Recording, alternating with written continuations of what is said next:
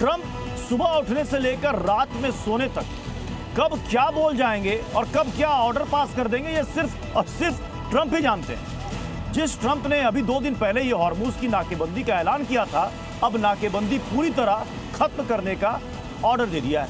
कहा है कि इससे चीन बहुत खुश होगा, जबकि चीन ने ट्रंप की नाकेबंदी की हॉर्मुज में धज्जियां उड़ा दी। इस बीच ट्रंप की सेना मिडिल ईस्ट में तैनात भी है और उधर इस्लामाबाद में बैठक की बात भी चल रही है। तो सवाल यह है कि जो सुपर पावर ने हार मानी है, क्या उसमें कुछ गड़बड़ है?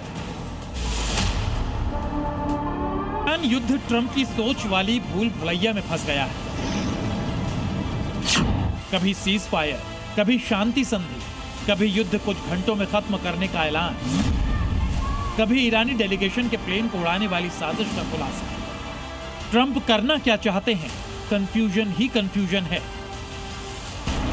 दुनिया जानती है कि इस्लामाबाद में ट्रंप की शर्तों को कितनी बुरी तरह ठुकरा चुका है ईरान, लेकिन ट्रंप समझौते के लिए आतुर बता रहे हैं। दूसरी ओर मिडिल ईस्ट में अभी भी अमेरिकी सैन्य विमानों की आवाजाही हो रही है। ओमान की खाड़ी में अमेरिका के युद्धपोत तैनात हैं। अमेरिकी नेवी ने ईरान की ओर आने जाने वाली जहाजों की निगरानी सख्त कर दी है। इसके लिए 10,000 से ज्यादा सैनिक, दर्जन भर युद्धपोत और कई विमान तैनात हैं। मतलब एक तरह से ईरान के इर्द गिर्द अपना सैन्य जमावड़ा बनाए हुए हैं। इन सब के बावजूद अमेरिका ने हॉर्मुज पर नाकेबंदी के लिए जो अपने 16 युद्धपोत और 20 फाइटर तैनात किए थे, वो सारे चीन के सामने फेल हो गए, क्योंकि ईरान की परमिशन लेकर चीन का जहाज ट्रंप को मुंह चिढ़ाते हुए आराम से निकल गया और अमेरिकी सेना ताकती रह गई। इस नाकेबंदी से सिर्फ चीन ही नहीं बल्कि पूरा यूरोप और अरब देश भी नाराज है।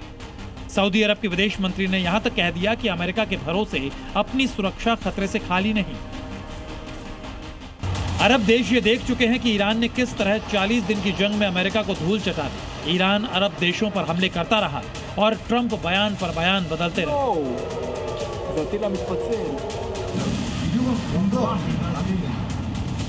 आज की स्थिति में हाल यह है कि सऊदी अरब से लेकर इराक, जॉर्डन, कतर, बहरीन और यूएई तक के इंफ्रास्ट्रक्चर बड़े पैमाने पर तबाह हुए।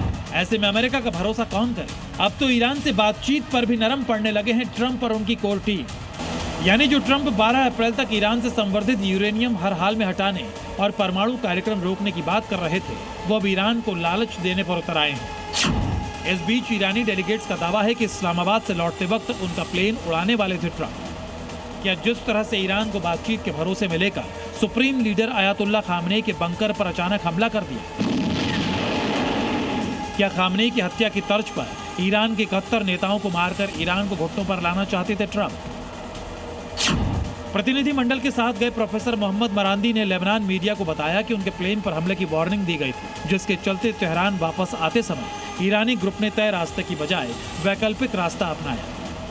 इस सूचना पर अमेरिका की तरफ से कोई प्रतिक्रिया नहीं आई, लेकिन दिलचस्प है कि इस टूटे हुए भरोसे के बीच दोनों देशों के बीच दूसरे दौर की बातचीत होने की हवा बन रही है। जगह भी वही, पाकिस्तान, लेकिन अभी तक पाकिस्तान में कोई तैयारी नहीं दिख रही।